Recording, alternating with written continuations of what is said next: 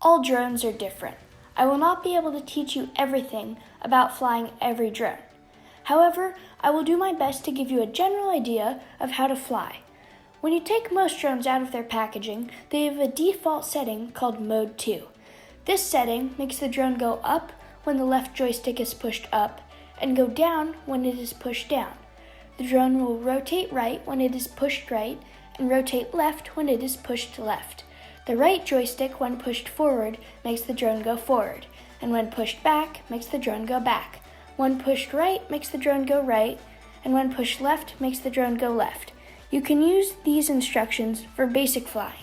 The rest of the video will be based on drones meant for photography or videography, not first-person view drones. First, you will need to turn the drone and the controller on. Then, if it isn't already paired, you will need to pair the drone to the controller and pair a phone or tablet to the controller. Some companies include a flight simulator. This can be used to practice flying before you risk going outside with your drone.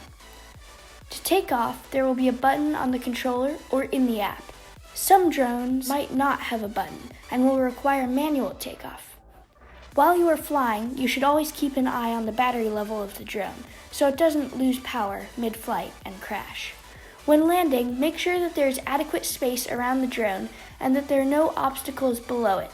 In order to land, there is a button on the controller or in the app that will allow you to do so. When flying with a GPS drone, you need to check that it has enough satellites connected to fly. It is a good idea to calibrate the drone every time you fly in a new place. With GPS drones, there is a Return to Home button, or RTH button, in the app or on the controller. If at any point during the flight, you feel that you need to bring back the drone, you can press the RTH button. The drone will rise up to a pre-assigned height and fly directly toward the previously recorded home point. When you are flying, you need to make sure that it is legal to fly where you are. A good app to use is AirMap. This allows you to see restrictions near you and whether or not it is legal to fly. It also gives you the option to call airports and heliports. Now is the section of the video where I will teach you about the cameras. If your drone has a gimbal, it probably has a dial to adjust the angle of the camera. A gimbal is a device that has motors which stabilize a camera. This can optimize the video or photos by keeping them level and smooth. You can watch my other video on how to capture cinematic drone videos to learn how to take great videos. Please click on the poll in the upper right to let me know if you would like to see a part 2 to that video or a video on how to take great aerial photos.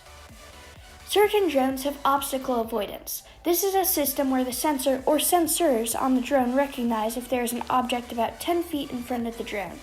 It will give you a warning when this happens. If you don't stop when you are within a foot or two of the object, most programs will make the drone stop on its own. Thank you for watching my video. Please make sure to check out my video on how to take cinematic drone videos along with others. If you have any questions or comments, please make sure to leave them in the comments down below.